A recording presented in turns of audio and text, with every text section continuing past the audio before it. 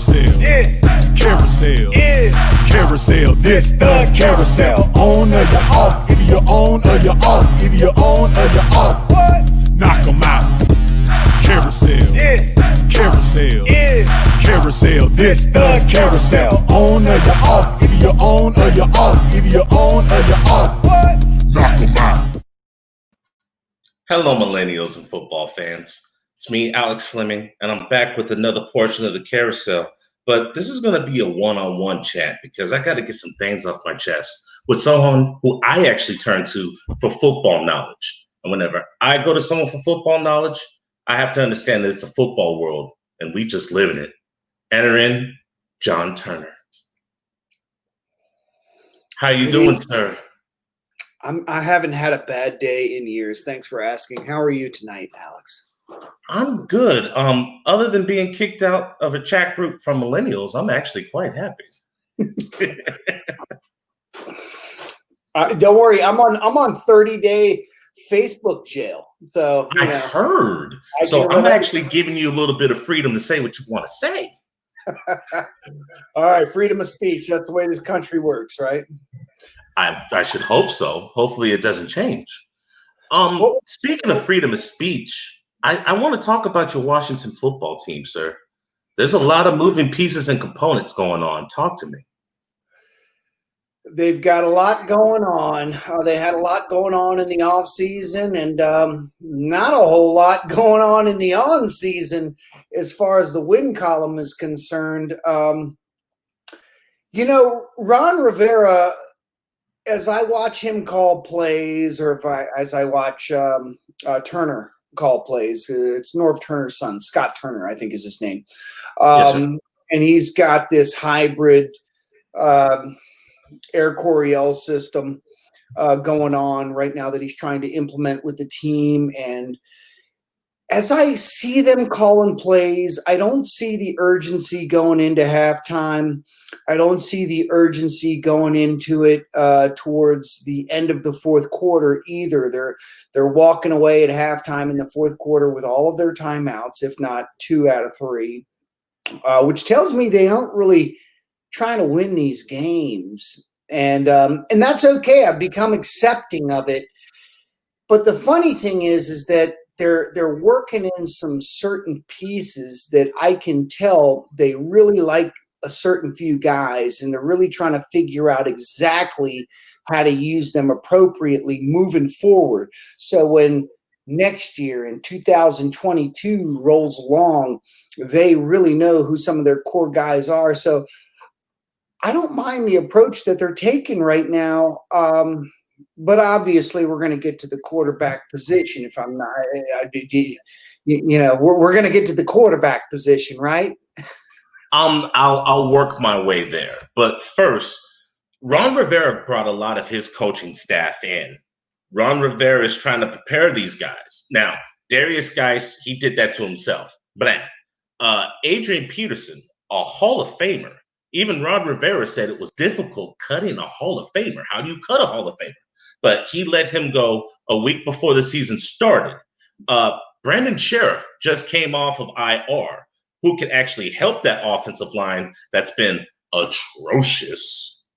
And your secondary got exposed by Baltimore because when they weren't running the ball up and down the field, they were taking deep shots. So I'm thinking, which one's more of an issue right now? Obviously, the offensive line or that young secondary that gets beat? All right, so I don't have an issue with our secondary. I think that Landon Collins is exactly what you want in a hybrid to run support, strong safety. He's not there to intercept passes and cover slot guys. Okay, that's not his job. His job is to make hard hits over the middle, and use that user hit stick button of his on his control. That's Landon Collins for you. We don't really necessarily have a free safety. I was really hoping it was going to be Sean Davis, a DC area native from Prince George's County, Maryland. Made it to the final cuts. They didn't keep him. I don't know why. Maybe it's an attitude thing. Maybe it's a I can't understand the playbook thing. Maybe it's a I can't get along with Jack Del Rio thing. It's not for me to figure that out. I'm not a fan of Happy. I don't like Apke. Hey, Apke's got speed, right? And he's got a cheap contract. Let's keep that in mind. Apke was about a fourth, fifth, or sixth round draft pick. Chad Johnson even liked him because of his speed at the combine. I think he might have been the fastest defensive player at the combine, and he can just fly around and make a play every 100 plays. He's on a minimum rookie contract, so they don't have to pay him much. To keep Sean Davis, you're paying the vet minimum or whatever his contract offered was. So it's a business decision a little bit, okay? And Apke's willing to buy in 100%. Let's not forget about that. As far as the corners are concerned, I love Fuller and I love Darby. Fuller is now at 3 interceptions for the year. He went without an interception, I think, for like a year and a half after having like 6 or 7 in a season the year before that. So he can play. He's the best slot corner in the game.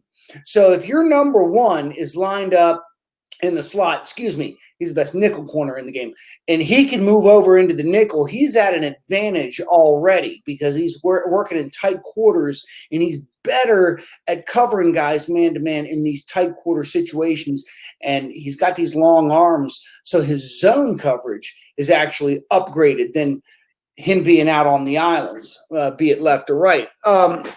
Now, look, they lose Ioannidis. He's the big bull rusher of their defensive line. Doesn't matter. They've got 2 Alabama guys that went back-to-back first round in Jonathan Allen and Deron Payne. And they've got this other guy named Chase Young who went to DeMatha High School and I think Ohio State.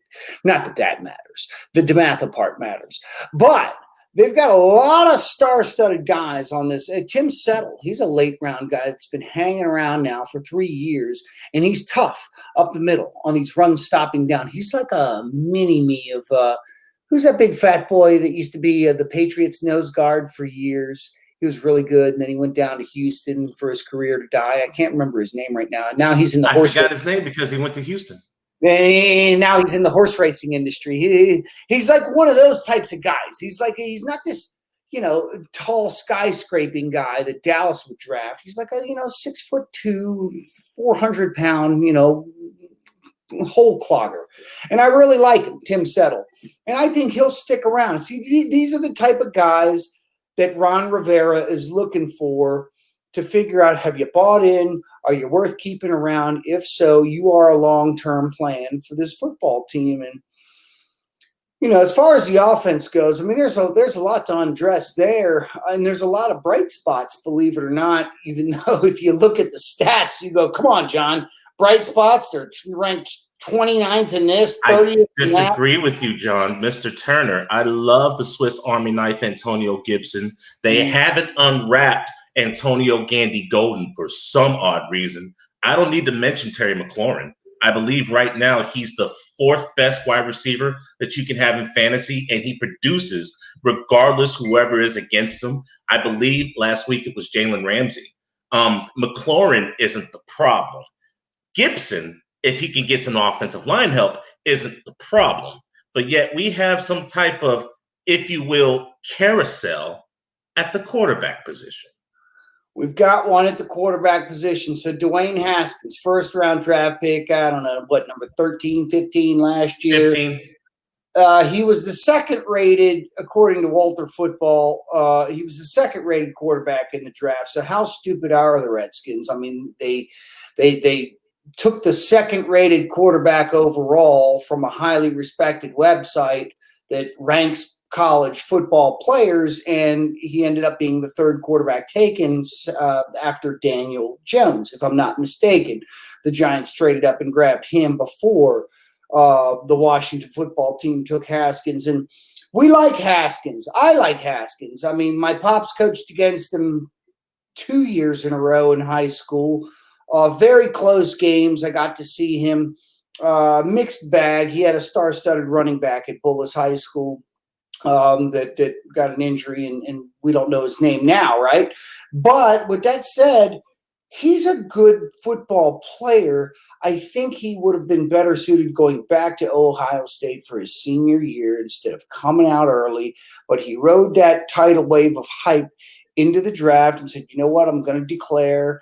People say I'm going to get drafted in the first round. It's a business decision. And guess whose son goes to Bullis High School or went to Bullis High School? Snyder? Daniel Snyder. Daniel Snyder's son transferred out of Georgetown Prep, where my pops coaches football, to Bullis High School and got to watch Dwayne Haskins and probably talk to him and make buddy nicey with him personally in the lockers, down the hallways and in classrooms and at lunch periods and all that other stuff, and drive rich kid SUVs like normal high school kids do in Bethesda, Maryland. Okay, one of the wealthiest neighborhoods in the entire planet.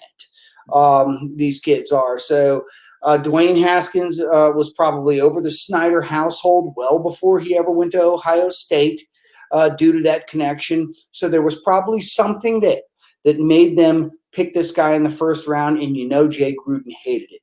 He didn't give this guy hardly any reps in the preseason, his first professional year, and then he was thrown into the fire when there was an injury, okay? And then he had to, Jay Gruden gets fired.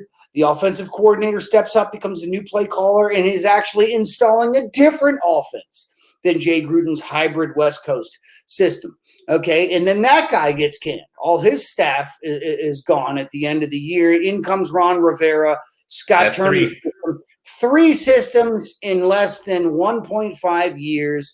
For a kid that's had so far, 8 starts, and it's sink or swim moment now. And it's the same story that Jason Campbell was fed when he was young. Well, not quite. Jason Campbell actually got to sit in Al Saunders' offense under Joe Gibbs. But what I'm trying to say is that I'm not sure whether it's more the Washington football team's problem that Dwayne Haskins has not caught up to his draft status, or if it's Dwayne Haskins himself. I don't quite think Dwayne Haskins is going to split any atoms anytime soon. I don't think he's the most cerebral-minded quarterback in the NFL, if you catch my drift. Okay, but is he good enough to win in the NFL? Probably. Absolutely. And if you were to give this guy a solid year behind a quarterback that knows how to play football under a system that's kind of developed with some well-oiled machines in the offensive line and a decent tight end, which, oh, by the way, they don't have. They were hoping this kid. You don't like Logan Thomas? Logan Thomas is a Virginia guy, Washington area guy. I like the guy personally. I don't think he's ever going to be Greg Olsen. Okay, no. He'll be Greg Olsen for one catch per year. But if that's all you need, then great. But we need Greg Olsen 5 times a game, every game here in Washington. But we're not going to get that from Logan Thomas. I think Logan Thomas is at his ceiling. And that's all you're going to get there. It was unfortunate. Well, you guys cut Thaddeus Moss. No, hold on now. He caught an injury in training camp, and they did release him. He cleared waivers. Nobody else picked him up, and now he's on the injured reserve still on the Washington football team. He's hurt. So he got hurt as an undrafted free agent. If you keep him on the roster, you got to pay him his full salary. If you release him, then you pay him like a shorthand version of that salary. That's how it works, especially when you're an undrafted free agent. So that's why they did that. But nobody else reached out there and grabbed him. He's still on the roster for Washington. Speaking of reach out and grab him, there have been reports, since I'm in multiple, areas, that they were trying to trade Mr. Haskins this week and they had no quarries. Here's the issue I have with that. One, he's a first-round pick, so he's going to get paid if you draft him or if you trade him. Number 2, you sat him and he didn't show up for the game this last Sunday. He showed up for practice today and was sent home. And that's from the Washington fan page I read personally earlier today. Is there some type of disconnect between him and Mr. Rivera, or is Rivera trying to humble this kid so that he can be the quarterback of the future? If they're trying to trade you, Okay, if a team is trying to trade anybody, look at Le'Veon Bell today, right? They tried to trade him. 1 hour later, they cut him. Okay, so when you're trying to trade a player who's got a lot of guaranteed money or high-end salary on your deal, you're going to hide him from a lot of participation in practice, and you're going to keep him out of the game completely or use him sparingly to not get him hurt, right? Because that's the last thing you need to do is lose all your trade leverage. Okay, so here, I'll break it down to you. Here's Dwayne Haskins' contract. He has dead money right now. If they were to just outright cut him, he would cost $11.7 million against their cap, right? Now that's actually cheap considering he's on a rookie contract. Well, you're the only big rookie contracts are in the top 5 picks. He was not a top 5 pick, so it gets a little shorter on the way down the first round. You know, I can text you the rookie pay scale level if you like, but the top 5 hurt the cap a lot more than everybody else below the top 5, and then your second and third rounders and so forth. Now, there are clauses in contracts. If you're active for this game, not active, you have these accelerations in your contract that give you this much money, right? But if I put you number 3 and I say you're inactive for this game, even on a rookie deal, that helps the team financially because we don't have to pay you these little accelerations that are in your contract that say, you know, as long as you have this active bonus for you know, these games, you'll get paid this much money. So his salary goes further and further down. I know you don't probably watch a whole lot of Canadian football, but one of the best quarterbacks in the league, Bo Levi Mitchell from Katy, Texas, he's the quarterback of the Calgary Stampeders.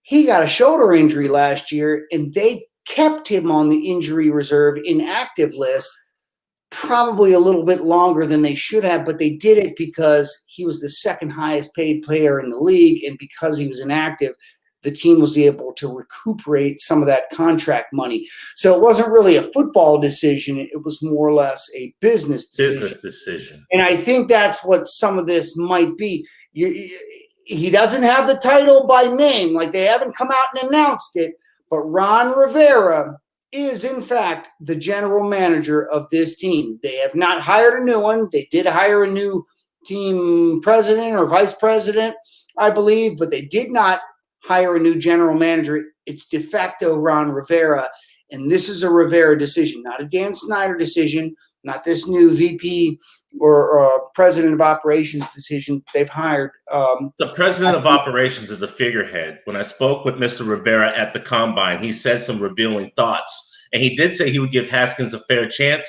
He wanted to reach out to Trent Williams, but apparently Trent Williams wasn't comfortable under Rivera's system. Williams and Snyder, I don't want to say they were friends, but they were close. But he wasn't willing to go through a brand new process change, and he felt jaded by the medical department there at the Washington football team. So it was time for him to have a change. Here's my question, though. If Ron Rivera is still going through chemotherapy, Scott Turner is calling the plays, and Jack Del Rio is technically the defensive coordinator, who has the final voice in this locker room? Because I can see there's already dissension amongst who is the starting quarterback. Ron Rivera's got his own guys coming in, and bro, we've already talked about the NFC East, and somehow, some way, Washington's not out of it. But you can't have a carousel quarterbacks. You have 2 quarterbacks, you have 3 quarterbacks, you have no quarterbacks. And I don't believe starting Alex Smith is the answer. So how do they right this ship? Okay, so they are out of it, just not mathematically yet. They're not trying to win it. Trust me, they're not trying to win any games. It goes back to what I said at the beginning, the way they call plays going into the half and into the end of the game. They're not trying to win these games, okay? They're going to end up with a record like 2-14, or they're going to lose them all from here on out, okay? Maybe they'll win the Thanksgiving Day since it's against Dallas, okay? And we know Dak's not coming back, so that might be a shootout that they actually win. But, 2-14, they're out. They're done, okay? How they lose Okay, they're gonna keep it money between the 20s, and they're gonna be competitive in the first and maybe the fourth quarter. Okay, but they're not going to go out of their way to score the type of points that are going to win you football games. And that's a Ron Rivera decision. He knows what he has. He knows what he needs. He knows what he knows that he wants. Okay, and some of that is not here yet in Washington. I can go up and down. Free agent quarterbacks for next year. There are not any home run hitters that are available that I'm aware of. That they can sign this offseason. Alex Smith is only on the roster for this final year. They will release him after this year because his dead cap money goes from about $32 million to about $10 million. Okay, so a professional football team in the NFL can release a guy with a dead cap number of 10 million and be okay. They'll be fine. Million, but it doesn't kill us, right? Because the cap is what 225 to 175, somewhere in there. The cap is actually decreasing next year, but a $10 million hit is much better than the $32 million hit. It's decreasing, but the Redskins are like one of those teams that like they get a little bit of help because like if you have been up against the cap for like 2 out of the last 3 years and you have to spend this much or don't have to, it's kind of confusing, but the Redskins will be able to spend some money. Ryan Kerrigan will be gone. Okay, he's a $14 or $13 million man a year. All right, he'll be out of here because they've got a lot of other guys. All right, so I'd expect a guy like him to head on over to Indianapolis, where he's from, head back to Indiana. McKissick, okay, is a good 1-2 punch detail for Gibson right now. They're still trying to figure out exactly how to use Gibson. I think they know how to use him, but they don't have the linemen in place to really allow them to use him how they want to use him. McKissick is providing a surprising little balance, but I don't think he'll be around next year either. Terrific Terry is great. Here's a wild card. Isaiah Wright is this little-known wide receiver that's been catching these little balls out of the backfields, these little bubble screens, these little jet sweeps. They've been using him in all types of weird ways, and it's been working. If you look at his numbers, they're not going to blow your mind away, but if you watch the game, he's making impacts, and they're hiding him. I have a feeling that they've already found their number 2 wide receiver, and it's Isaiah Wright. And guess what? Oh, happy joy me. He's a Washington, Baltimore metropolitan area native. He was on that show that comes on Netflix, Last Chance U. Last Chance U. The reason they plugged him in right after these murder charges against him he had were just dropped. And now, all of a sudden, they feel confident in putting him on the field without public backlash because he's not going up against this murder charge anymore, right? They don't have to like, these commentators are like, well, Isaiah Wright, here's a young guy. He's got these pending murder charges, right? They'll say this in the broadcast during the game, right? Well, now they don't have to worry about that, right? Now they just move in this JUCO college guy who's come out of nowhere and is kind of making these funny little plays and taking some of the attention away from terrific Terry McLaurin, the GOAT, right? And I fully believe, I thank you for mentioning that he's a top 4, top 5, whatever. He's amazing. One. Outside of DeAndre Hopkins, I think he's the finest wide receiver in professional football right now. If he had a quarterback that could hit him in stride and not get him killed on a slant, 1 out of 3 times, he'd be doing even better. Oh, wow. Imagine if he had a competent guy. I don't quite know if they're going to be bad enough to draft Trevor Lawrence, but there's a couple of other guys in this draft. And, people talk about Trey Lance, and we talk about the young man up in Ohio State, and Ohio State Justin quarterback. Fields. Yeah, Justin Fields. They haven't panned out that well the last decade. Okay, Ohio State quarterbacks. Who's the last Ohio State quarterback that's actually panned out as a professional football player? Like, I'll wait. None. So, Troy Smith. Who? Troy Smith, Baltimore Ravens, but he's no longer in the league either. Yeah, well, come on. You're talking like XFL, CFL material guys here. I'm talking about NFL caliber starting quarterbacks, like more than 2 games in a row. Yeah, Troy Smith. And I like Troy Smith because he's another guy drafted by the Baltimore. Hey, he had his chance, couldn't figure it out. All right. Ohio State guys, they're system guys, I guess. I don't know. They get big linemen up there. They get great running games. They have good tight ends. They got a lot of 3-star wide receivers to help them out. And then they get to the pro level and find out, oh my God, everybody's better than me. What do I do now? So look, Rivera is going to right this ship, and they're not going to win the division this year. Somebody's going to win this division at 8-8.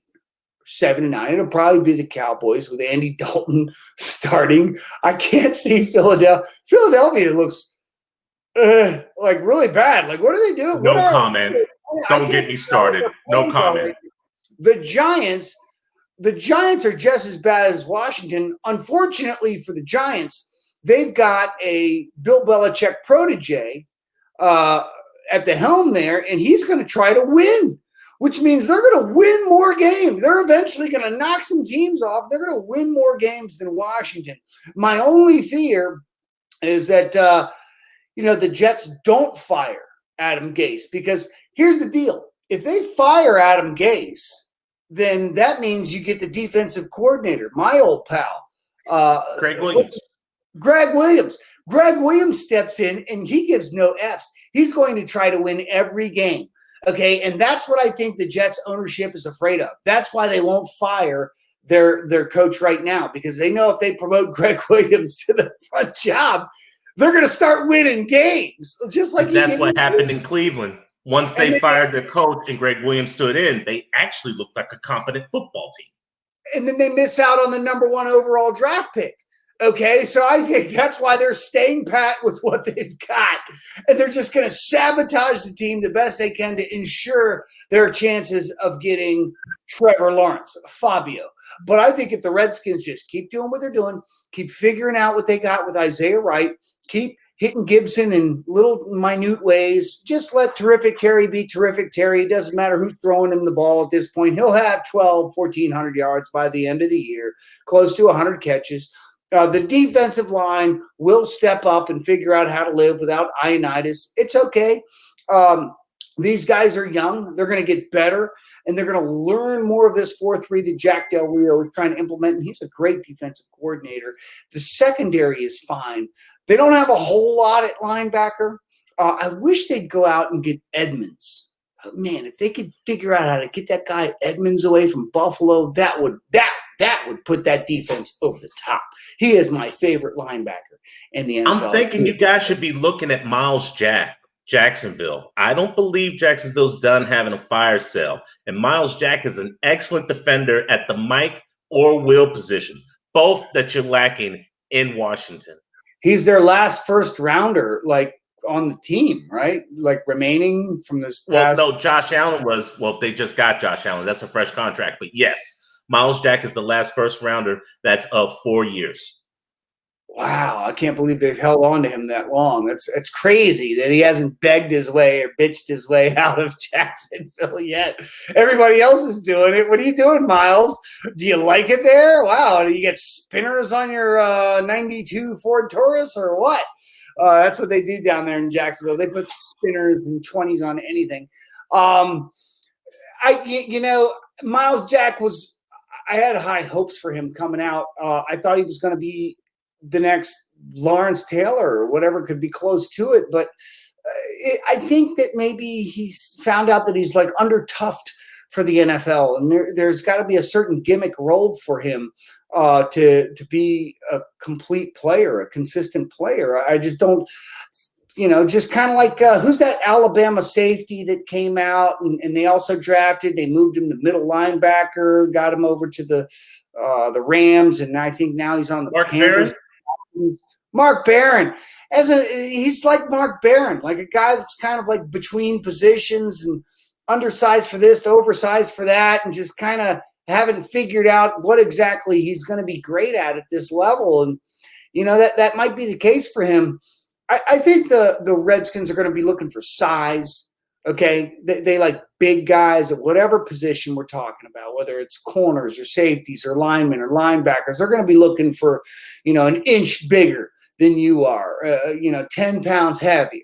And the speed is not necessarily going to be their thing. They'd like to have it if they can get it, but they're not going to go out of their way for it. They're going to look for tough.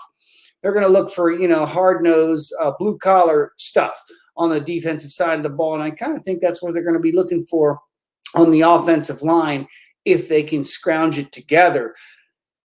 Okay, so you mentioned Brandon Sheriff. He's coming back. I don't think he's going to be here next year. I think he was willing to sign a franchise tag at right guard. I thought a smart thing to do would be to sign him to a 5-year deal at right guard, but then move him to left tackle, which is what he played in college.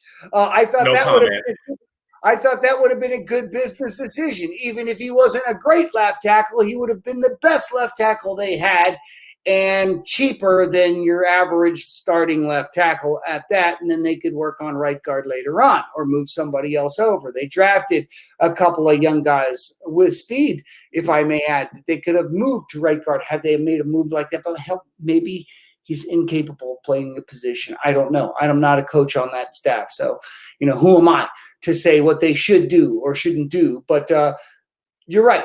They're right there in the division. What are they? They were 1-4. Dallas is 2-3. 2-3. The Eagles are 1-3-1, and the Giants are 5. I have no worries about the Eagles. This week we meet the pinnacle. The Redskins will probably win magically against the New York Football Giants. I mean, the Giants are a bad team. The football team's a bad team. But I think the players have a little bit of an impact on who wins these games every once in a while. And I don't know. I don't have anybody covering if Ingram doesn't get hurt during the game. I don't have anybody covering him up the seam.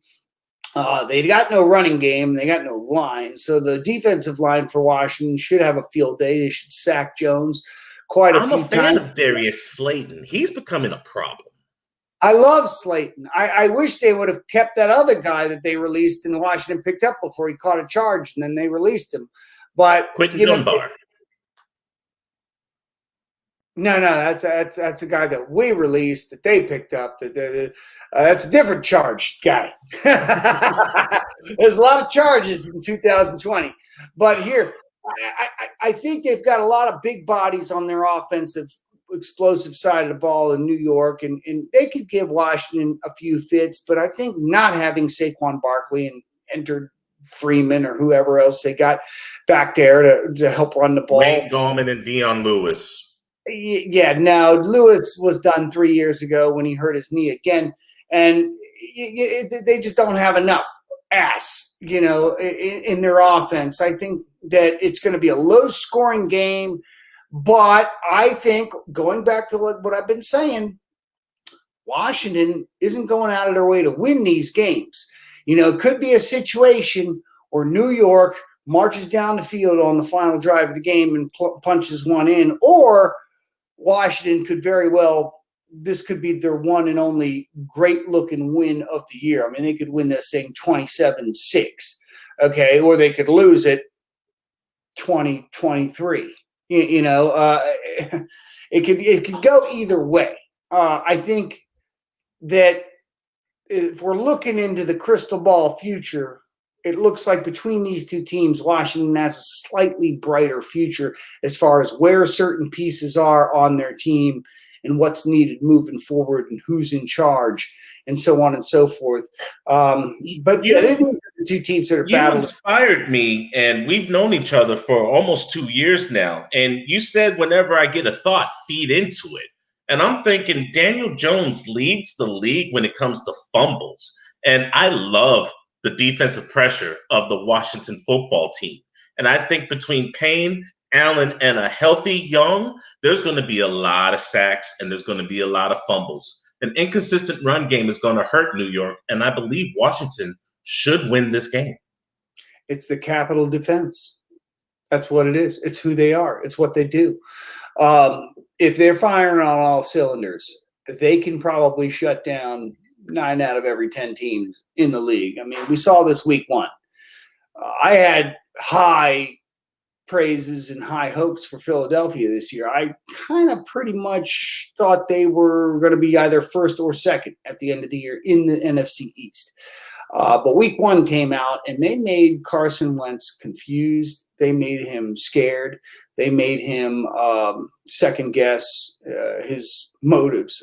8 times they took him down. And I thought that was going to continue every week. But Washington is Washington. They are what they are.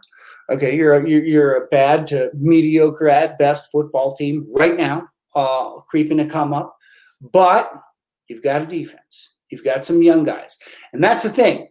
If you're a good defense and you're old, you're not as good as if you're a good defense and you're young. So these young guys, whether it's going to be in Washington or somewhere else, they're going to want to get paid by somebody.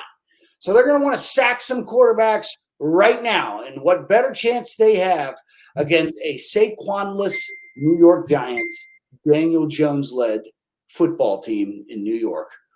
So, hey, I think it's going to be a fun game to watch. Sometimes when 2 struggling teams play against each other, they put up a lot of cool, games. Look at fireworks. Look at the Browns and the Bengals from like 2005 or 2006. Late in the year, both teams were awful, but both teams had this outside chance of making the playoffs, and it came down to like point scoring or some crap, and it was like a 51-46 final. 2 awful teams just going blow for blow, putting up amazing plays and stats. And if you didn't start these guys this particular week, you're an idiot. But that's what football does. Sometimes the football gods just give you what you want when you don't expect it, and I think that's what we're going to get from Washington and New York this week. It's very rarely I go outside of my own comfort chamber to get football knowledge, but that's why I turn to you. It's a football world, and we just live in it. John Turner, who's currently on lockdown, I hope they let you out. Facebook COVID lockdown. Yeah, I have to figure out what to do because I upset some millennials this morning because apparently, doing the right thing is difficult and wrong. And, you can't write football stories to millennials. They don't read no more. You know how they don't dance no more? They don't read no more. No, they only read the headlines. The headlines are the new body of the paragraph. Amen. I wish I could get you on the carousel, but you're on the carousel. I'm going to let you have the last 30 seconds, considering that you're in FB jail. The floor is yours.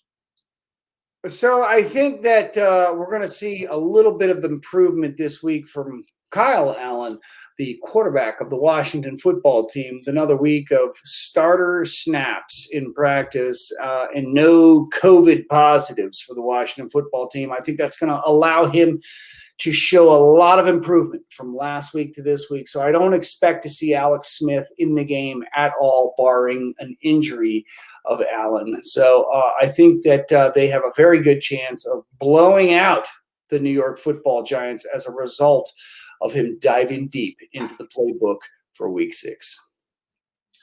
Chiefs picked up Le'Veon Bell. It's a good thing you didn't make that bet with me, sir. The carousel. Either you're on or you're off. Carousel. Yeah. Carousel. Yeah. Carousel. This the carousel. On or you're off. Either you're on or you're off. Either you're on or you're off. What? Knock 'em out. Carousel. Yeah. Carousel. Yeah. Carousel. This the carousel. On or you're off. Either you're on or you're off. Either you're on or you're off.